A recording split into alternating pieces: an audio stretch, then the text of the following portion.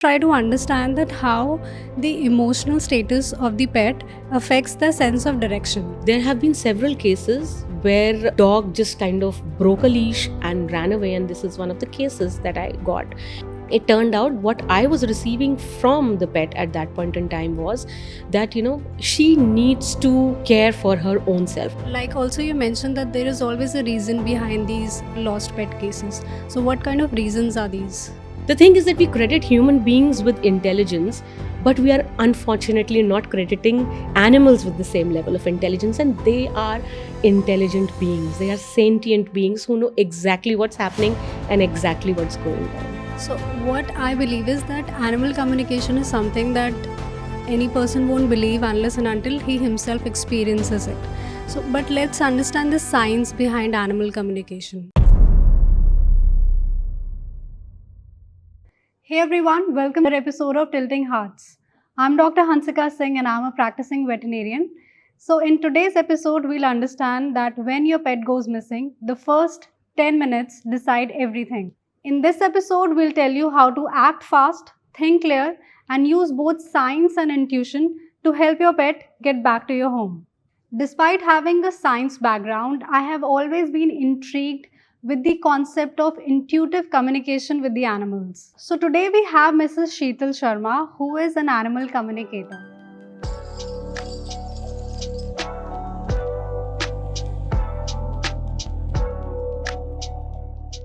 Hi Sheetal, it's lovely to have you here. It starts with a regular day and it takes only one curious paw and one loose latch, and our day turns into a rescue mission, right? So, but and on emotional note, it's a very stressful event for any pet parent to lose their pet. Their heart skips a beat, thousand thoughts cross their mind. But these cauldron of emotions are going inside the pet parent's mind. But when it comes to a pet, first of all, he doesn't give a monkeys. Earlier, he would be like happily enjoying his freedom walk, but when he or she senses that they've lost track, back home, that time they kind of gets nervous and anxious. So first of all, let's try to understand that how the emotional status of the pet affects the sense of direction. So, Dr. Hansika, to talk about it, like when we look at it from a very animal communication perspective, there have been several cases where, a dog just kind of broke a leash and ran away. And this is one of the cases that I got, and, the girl was very worried, looking for the dog, where he's gone. They spent almost the whole night kind of looking for the dog, and I was with them on call for the entire night, and it turned out what I was receiving from the pet at that point in time was that she needs to care for her own self. Now at that point in time, when you are madly looking for the dog, you are worried, you are anxious, there are all sorts of negative emotions that are running through your mind, all sort of negative scenarios that you are running through your mind.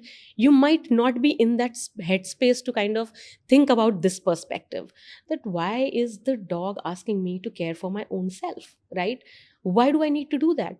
But when I spoke to the girl and I told her that this is what, he wants you to do, and this entire thing is a lesson for you, that you cannot just rescue anyone, there are things that are beyond your comprehension, beyond your understanding, and that is how it goes. And she then later revealed that the same morning when the dog went missing was the time when she was trying to rescue a community dog who passed on, right? And she was very heartbroken. She was so depressed that she refused to take her dog out for a walk, and therefore she told someone else to take the dog out for the walk, and that is when the leash broke and he ran away. Now when she received this entire message and when she accepted it, and there are a few guidances that we receive as animal communicators, right? And I had to tell her that, okay, this is what you're supposed to constantly read like a chant in your mind, and also not just read it out, but also really feel it deep down in the heart and absorb each word. And when she did that, you won't believe that The next morning, they came back at around, I think, 1 or 2 o'clock at night. They were searching for the dog, and the dog was showing all sort of signboards and everything. Everything was there, but they couldn't find the dog. But the next morning, she came back home, and around 4 o'clock, the dog came right outside her house.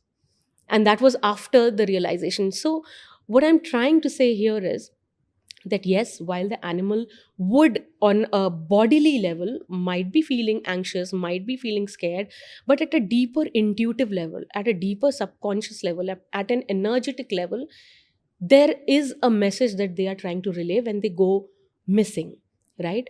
And like I was also discussing before the podcast, that whenever an animal goes missing or lost, within our animal communications, we don't consider it as a lost or a missing pet. Case in point, if tomorrow, let's say that your sister, do you have a sibling? An elder brother. Okay, so your elder brother said he's going to be back home at 6 o'clock, all right? And it's way past 6 o'clock, but he hasn't come back. Would you start posting his posters everywhere saying that, oh my God, my brother is lost? And everything? You will actually think that he is intelligent enough. Possibly the phone is off because the battery drained, possibly he got stuck in traffic and therefore he is going to arrive late. You won't start building extremely negative scenarios in your head. The thing is that we credit human beings with intelligence, but we are unfortunately not crediting animals with the same level of intelligence. And they are intelligent beings. They are sentient beings who know exactly what's happening and exactly what's going on. So basically, they are also trying to come back home, but only after they have enjoyed their, their freedom, their walks and everything, right? Not always, I'd say. Sometimes it is actually a genuine case of, where they've gone missing and they need help, to come back. For instance, a lot of times cats do get very anxious the moment they're out of their house, right? Especially if they are completely domesticated cats and they are indoor cats. So they might just go into hiding, they might hide into bushes or otherwise, just go here and there. But at the same time, they also know that there is a lesson in all of this for them as well as for the human being, and therefore that message in some form would be relayed. And we truly believe that it's, while we as humans take a lot of credit and think that, oh my God, I reached out to an animal communicator and therefore I got my cat back or my dog back. But in reality, what we believe is that it's the animal who chooses the communicator and not the other way, or not the human who chooses the communicator. So it is also, very deeper messages which are hidden behind these entire events, which can really throw us off balance. So, it is something drastic sometimes that is waiting in our life to happen till and until we wake up and we learn that lesson. So that, I think, is the core essence of these missing and lost cases of animals that we receive. And once that happens, there are times when, like I said, that like a cat might go missing, and they need help in returning back because they've kind of lost their way or are getting scared of, let's say, the traffic or maybe the dogs around or other animals around or human beings around. They always give you directions. I mean, I've had cases where the dog would have told us that, okay, you go 500 meters straight, there would be a red light, turn towards the right, there is a gray building, there is a shopping mall outside, and it would all be there. I mean, those directions are for us, like Yes, normal humans, yes. or only for animal communicators? So these are received. So any communication that we receive from animals is essentially to ensure that the same communication is passed on to their human. Okay, so you are basically a medium. Absolutely. Right. And like also you mentioned that there is always a reason behind these lost pet cases. So what kind of reasons are these? So these are mostly life lessons that you need to learn. So it could be a life lesson, like I said, in one of the cases, it was more about self care and putting yourself first and understanding that you cannot rescue everyone, right? Sometimes what happens is that we get into these deep depths of sadness, and we lose our, will to live, our will to, feel happy or, kind of move around our usual life because of certain events, right? So sometimes these events also happen to kind of shake us up and say that, okay, you are blessed, this is your life, you should be grateful for what you have, right? And you are more than just this incident, or you are more than this feeling that you're feeling at this moment. So that is also something that kind of whips up in that particular moment. There are several, so for everyone it's a different lesson. There was a case that I received where the dog was missing for almost a month, and then she was found, and the message that was constantly being received for the human was to trust. And this was actually a person who had a hard time trusting anyone, even if it was, like the entire rescue groups who came together to find the animal. She was finding it hard to trust even those people, so she would come on her own at 3 a.m. or 4 a.m. But it is humanly impossible for you to be on a search mission for 1 month when you didn't know at that point in time that it would be 1 month. It could have been more, it could have been less, but to be 24/7 available anywhere. So you will have to learn to trust, right? And once slowly she kind of started learning to trust and lay her trust in others, the dog came back, the dog was found. So there are various different lessons, and it's always different for different people. Okay, so basically, pets don't just go out and cause trouble. There is always certain reason behind it to Absolutely, teach us anything. something. Anything from your thing missing in your house to a pet getting out of your house, or otherwise missing, there is always a lesson for you to be learned. So, what I believe is that animal communication is something that any person won't believe unless and until he himself experiences it. So, but let's understand the science behind animal communication. So I'll tell you, as woo woo it sounds, it's not really that. Okay. So what happens is that, for instance, intuition. I think all of us have intuition, right? And this is intuitive work, in case if you look at it.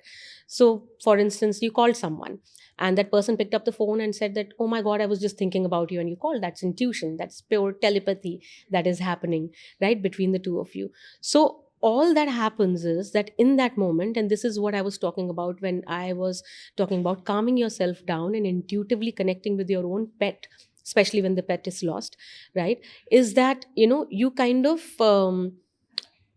come back to your own self, calm your nervous system down, by taking those deep breaths, and kind of just having a sip of cool water and whatever, so that you can access your subconscious mind. And like we know that it's again the same thing, that you can always tap into your subconscious once you dim down the noise around you, because everything else just takes away our attention so much that we just forget to tap into our intuition at all. So the way that you can go about it is that you can sit down, you can just be in a calm place, just the way that you would do meditation, right? That you'd sit in a calm place where there is no distraction, whereas there is minimal noise, and therefore you kind of tap into it and kind of think about it. So it's basically kind of tapping into your subconscious mind, and building those cognitive pathways, and emotional pathways, so that you can essentially kind of tap into the energy system of the animal and understand. It also opens up a lot of things which your conscious mind might not remember, like when I was talking about the cat who went inside the cupboard, right?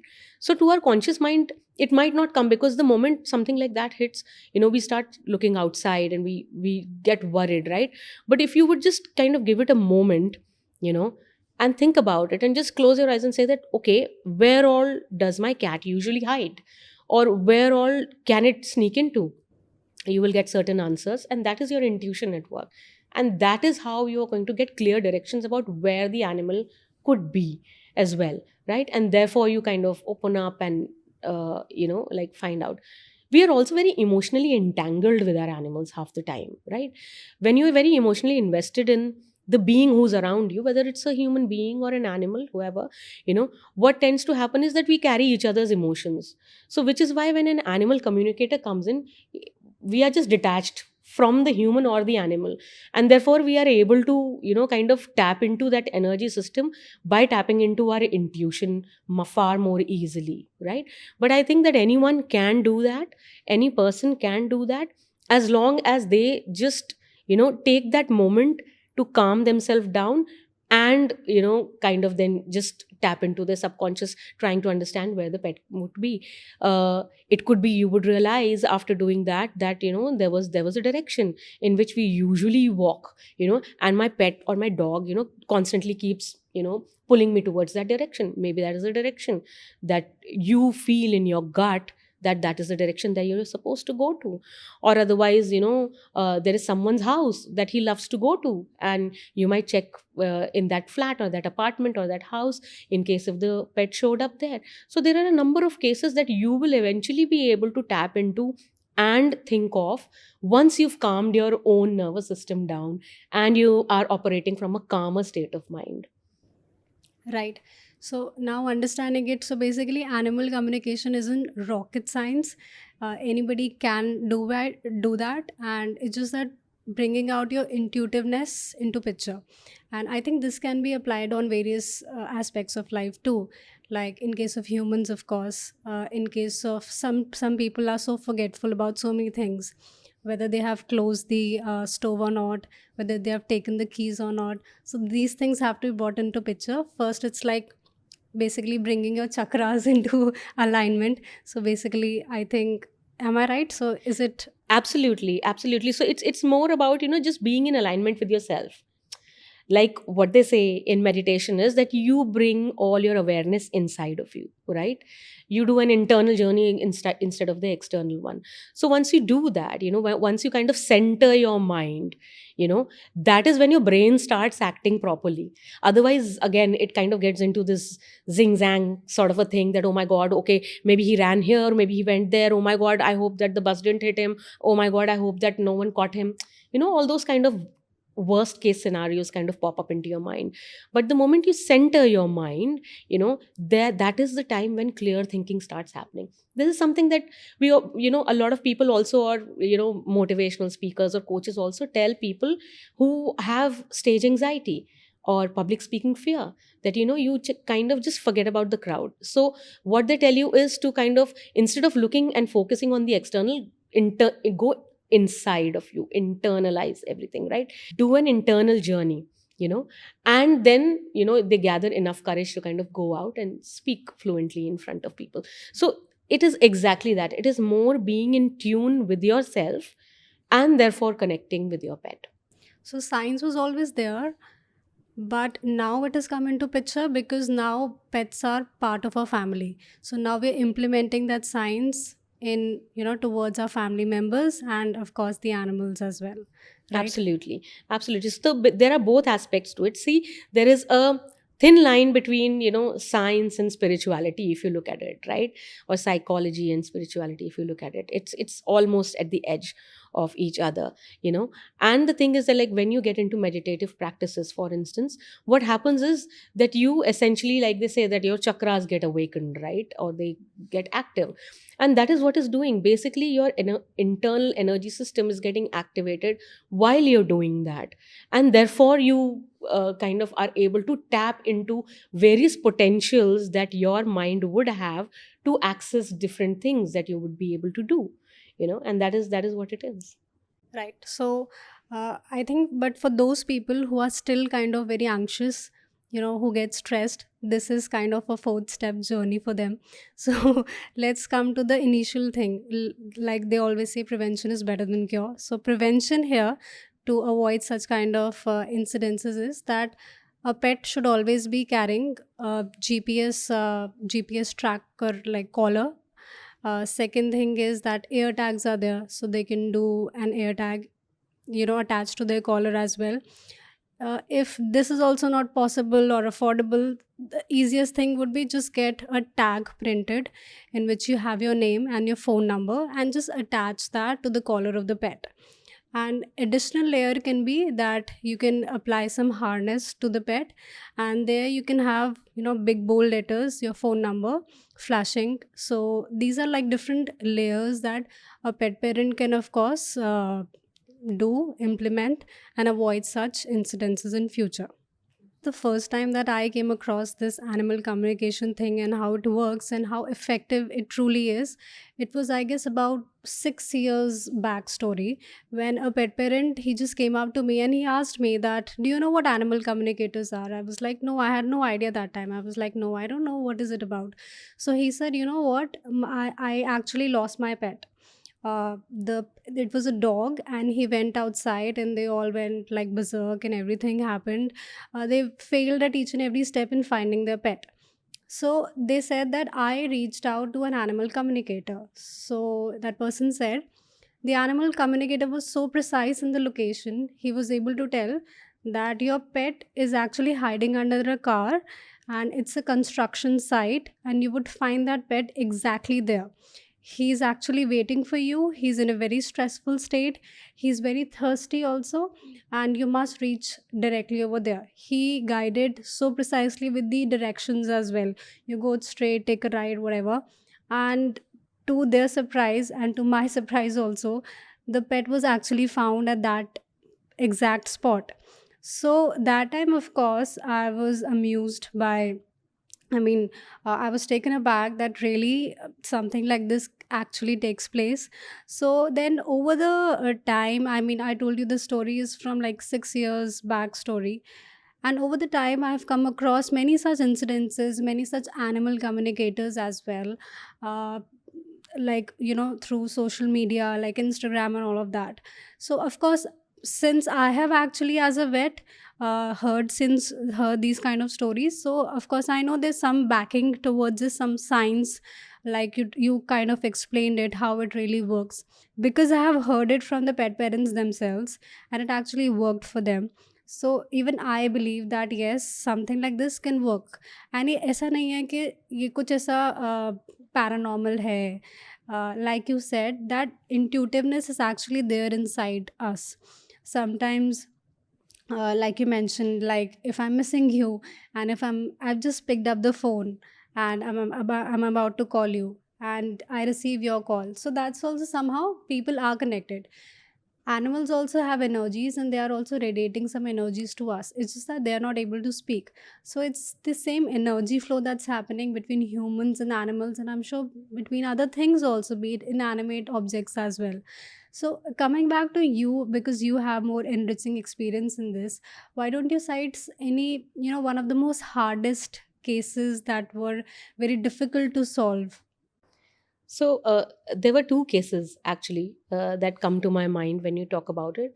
One was the case of a dog uh, who basically went missing, broke his leash from outside the vet's clinic because she was very skittish and she didn't want to go inside the vet's clinic, and just bolted out, right?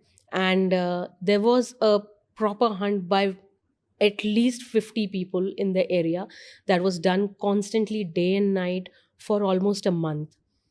um, when I got involved in the case at that point in time, what I was receiving was exact imageries of the places where the dog could have been, or was, or is, right? And at that point in time, I didn't know. So I was telling them that there's a house which has got creepers, and there is a red colored house right opposite this place where there is a dog, and the dog is mostly in the balcony, and the dog keeps barking, right? And the dog basically kind of barks at this dog who went missing and can spot him, right? So they went looking there, and they actually found a space just very close to the vet's clinic, where there was a house which was an abandoned house which had creepers.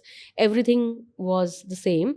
And then there was a red colored house right in front of it, with a dog also there, and they kept looking inside the house. The house was really filthy because of course it was abandoned for years and years altogether. So there was no upkeep of the house and everything. There were broken windows. There was a lot of dirt and muck inside the house, a lot of creepers growing there, and possibly maybe like maybe snakes or something that would be there.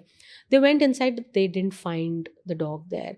And then there were a number of things that kept happening after that. A number of messages that I kept receiving about where the dog possibly would be, you know. And she wanted to come back, and she wanted assistance in coming back. So therefore, she was giving us directions of, where she could be.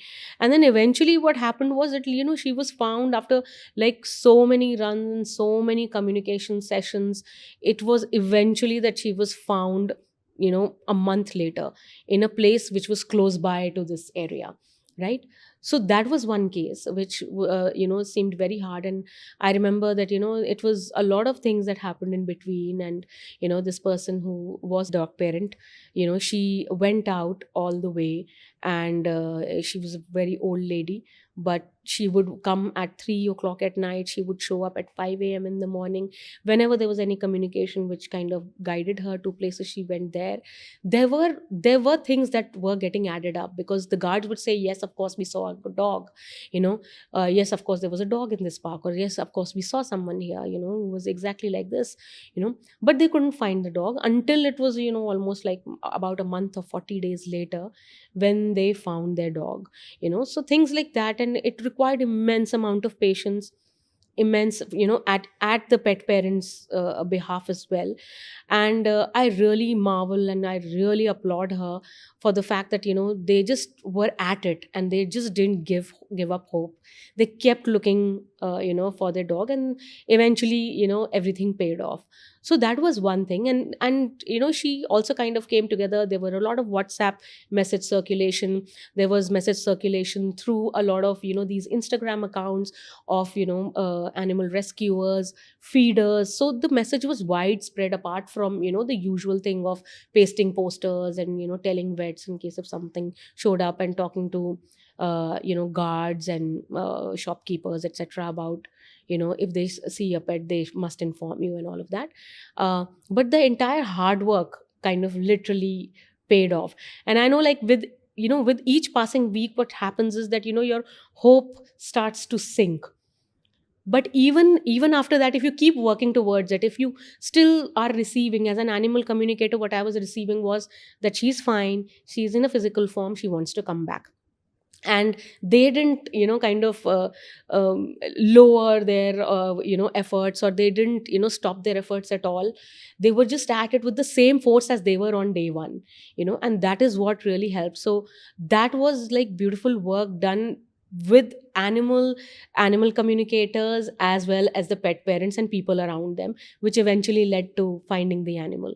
The another case was, which is a supremely funny case, and it actually made me feel like Sherlock Holmes to a point, or maybe a nagging mom, maybe, was that a cat left her home. Left his home, sorry. And he decided that he doesn't want to. And the pet parent reached out to me, and it was a day since the cat had gone missing. And she said that, I want your help in finding my cat. I can't find him. And he is an indoor cat. He barely kind of goes out.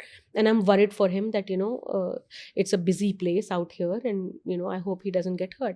When I communicated with the pet, he told me that I'm just done with all this nonsense in the house with these cat fights and everything. Turns out there were two cats who never fought with each other, but this guy fought with them, and he was behaving like a teenager, because he was under 1 year old, and he was behaving like a teenager, and he was saying that, I'm done with all of this crap at home, and I just want to walk out. And he walked out. And the pet parent had told me that, while going, he made eye contact with me, and he meowed at me, and he went. So clearly he was saying that I'm done with this crap, and he went out. So I told her that, what I'm receiving is that he's at a park, and you need to look at the park, and he's sitting there, and he's found a beautiful female cat, a white cat, and now he's love struck. So all the more difficult to get him back. So she was really getting jittery. And while it was all very funny, the entire conversation, how and the communication that it was turning out to be, but of course, as a parent, as a pet parent, you would get very jittery and very worried about the pet nonetheless, because this was a completely domesticated pet. So she said, I have to travel, and I don't know how to go about this now, and she said that I can ask people to help me in looking for him. She went out looking for him. She couldn't find him in the parks and everything.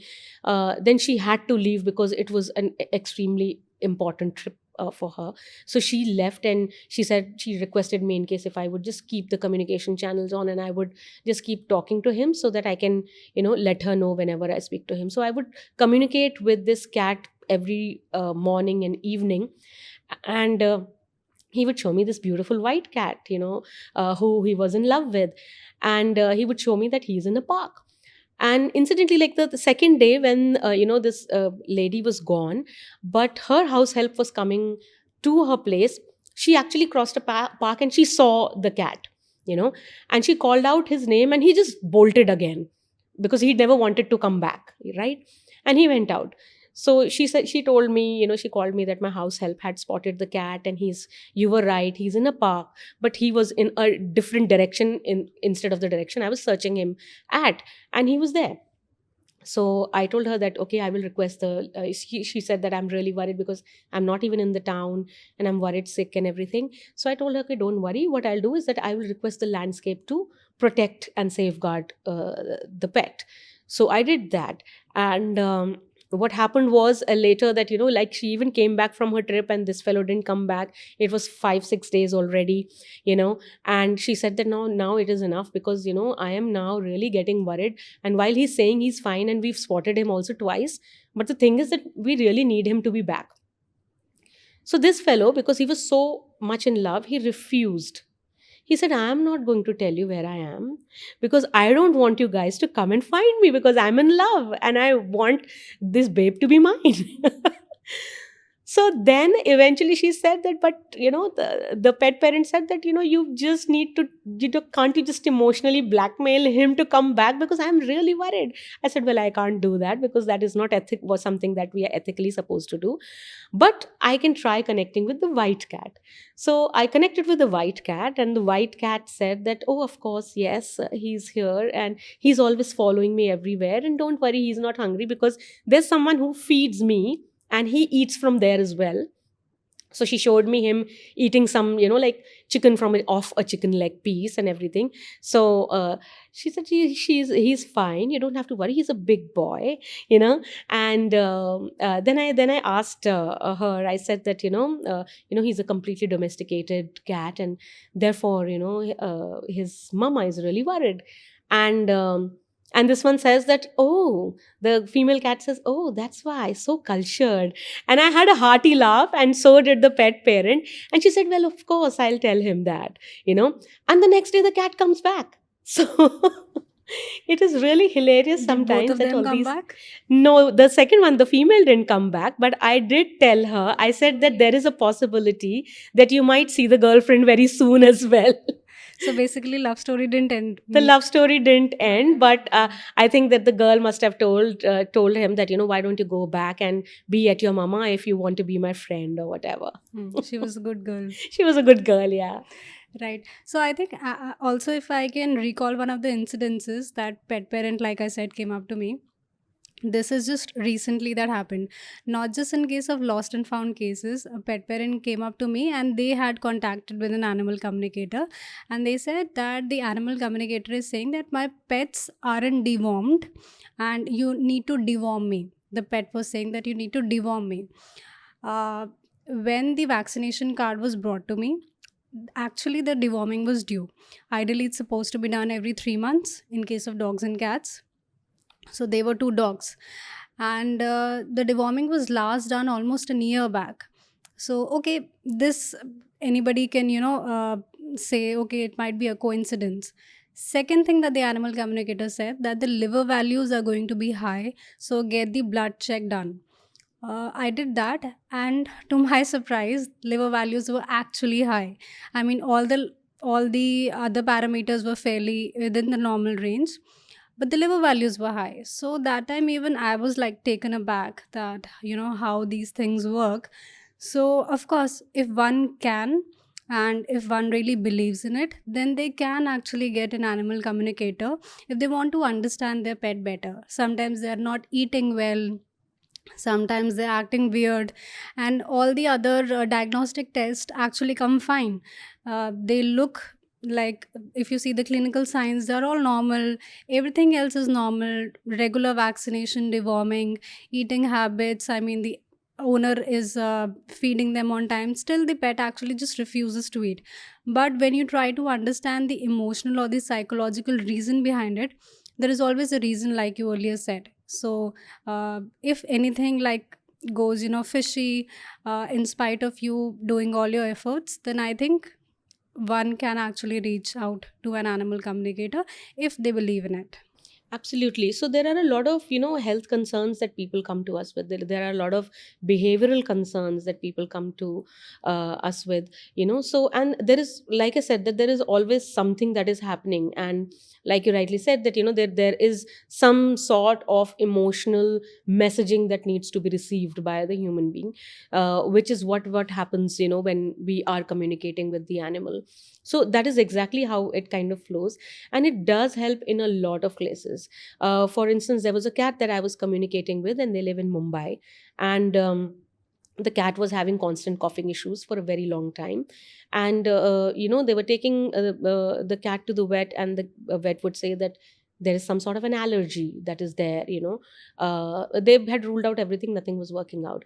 The cat literally showed me mold growing in the house, and I checked with the pet parent that, that is the cause of his allergy. And well, yeah, and there was actually mold growing in the terrace. So a lot of times they also give us insights towards all these things that, there. And like you said, that, liver values or kidney values or any other health concerns. There are cats who've also told us that, there's something off with our gut.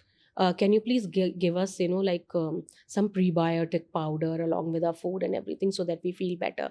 So yes, all those messages are received sometimes, and they actually help in improving the or understanding the pet's condition. Of course, this does not mean that you do not take your, a pet to the vet, because that is medical care that you need. But apart from that, in case if you still are not finding any solutions, and you think that there could be some emotional residue or something which is causing it, which is larger than just the biological reason, then of course, by all means, I think a communication can help. Okay, so let's consider this scenario that it's not a pet in this situation. It's actually a community dog, and there are few people who look after that dog. The dog feeders and the in people in the neighborhood. So if that dog goes missing, so the first step, which I think, of course, is to look around and search in the nearby areas. And the other thing that people can do is to visit animal shelters also, and inquire that if any dog has come, give us kind of a rough description of the dog. Because often dogs actually, because they are in fear and they get stressed and anxious, they might become victim of road accidents as well. So sometime if road accident has taken place and it catches the eye of any kind hearted person, then that person might bring that animal to any animal shelter or animal clinic also, or maybe a pet shop, just to inquire about some nearby animal clinics or something like that. So I think this step can be done. Apart from this, what do you think that other steps can be done before somebody actually reaches out to an animal communicator? So I think that you've pretty much covered the ground in terms of, what all can be done. I think going and visiting shelter homes, and otherwise there are also a lot of ABC centers which are privately run, where you can go and you can find out in case if the animal was brought in there. Check in the neighboring areas, or in case if, to find out in case if any dog got picked up and all of that, and check with your RWA, because sometimes what happens is that some RWAs are in favor of community dogs, but some of them are not. So finding out and inquiring at your end, in case if there was any sort of relocation of the dog that was happened by people in your society, that is something that we must consider, because all these things do happen. So that is one. In case if all of that is not adding up and you are not really getting any information, then I think reaching out to an animal communicator is also something that people can consider. Because an animal communicator can actually give you some sort of direction about what is happening. Again, like I mentioned earlier, that there are several ways in which we can assist you in at least understanding that what is going on with the dog, right, or the animal particularly. So when people reach out to us, especially in community animal cases, there are a lot of times, like for instance, feeders, they might not have picture of every animal, of every pet, but they have a brief description about the animal, that okay, this cat is white, or that dog is brown in color with a white patch or a white sock on the leg, that sort of a thing, and is very quiet and is very this thing, a male and whatever, and that is all they know. They don't have a photograph, which is all right, and then you can communicate with them, as an animal communicator, and find out about, what is it that the animal is trying to communicate. Is it that the animal willingly kind of moved out of the space and went to another space, which also can happen in a lot of cases? Or is it because, the animal feels that was relocated by someone and needs to be found, or needs help to be found, or is on their way back home, or are they feeling okay? Have they met with an accident? Is there some other kind soul who's taken them somewhere? So in that ways they can give you directions, and also sometimes they also tell you in how many days they're going to be back, or whether they are going to be back or not. That is a clear picture that they kind of share. So that is also something that is done. I have seen a lot of feeders and a lot of, community animal carers who are incredibly attached with the animals. And I am very deeply grateful for those people, because if they were not for them, I think that a lot of animals on the streets will go hungry, and not taken care of. So they are literally doing God's work. But at the same time, what happens is that sometimes we, as people who are helping animals out, as feeders or caretakers, we want to rescue each and animal who comes our way, and that might not be our path, or that might not be the reality of how things turn out to be, and we just need to be cognizant of that and very mindful about that as well. So not attaching ourselves too much to the outcome, however, making all the efforts that you would do otherwise for your own pet. Had the pet been lost, you put up posters everywhere, you reach out to other feeders also around, who feed other dogs around or other animals around, and share the description with them. Ask them, because usually if there is an animal who's out of their territory, be it a cat or a dog or any other animal, they usually are very nervous and hiding in spots and everything, and feeders generally tend to catch them because they are the ones who go, at night or early in the morning. So kind of connect with feeders of local areas within the 4 or 5 kilometer radius. And sometimes, like I said, that animals do give us directions as well. So if an animal in a communication has said that I'm in a 4 kilometer radius or I'm in a 3 kilometer radius, make sure that you kind of expand your search accordingly, and do the same groundwork that you do for your own pet animal, right? And you go ahead, you speak to other feeders, you speak to people who rescue in the area, you speak to people who are there at the ABC centers, whether they are privately run or they are government institutions, whatever, and you check out in case if any animal was taken. And so those are, I think, the steps that you must take, before and even after communication, once you get some sort of understanding from the animal that where and in what perimeter the animal could be in. Also, in this scenario, if animal feeders sense that there are some people who are nasty and cold towards stray animals, they can also install CCTV cameras that can also help in keeping track of the animals. Also, I would like to ask you one final question. So, I think I'm a burden to my pet. I mean, pet parent. So, do you think this also becomes a reason for pets to escape from their house? Yes. Yes, this does sometimes. So I'll just quickly recite one personal story of mine. I had a dog. He is currently no more. So this story is like about 7 8 years back. He actually escaped from the house. It wasn't an escape per se. Actually, I was bringing him from the vet, and the rickshaw toppled. So it was actually the other side of the lane, not nearby my house. So hence he got confused with the directions.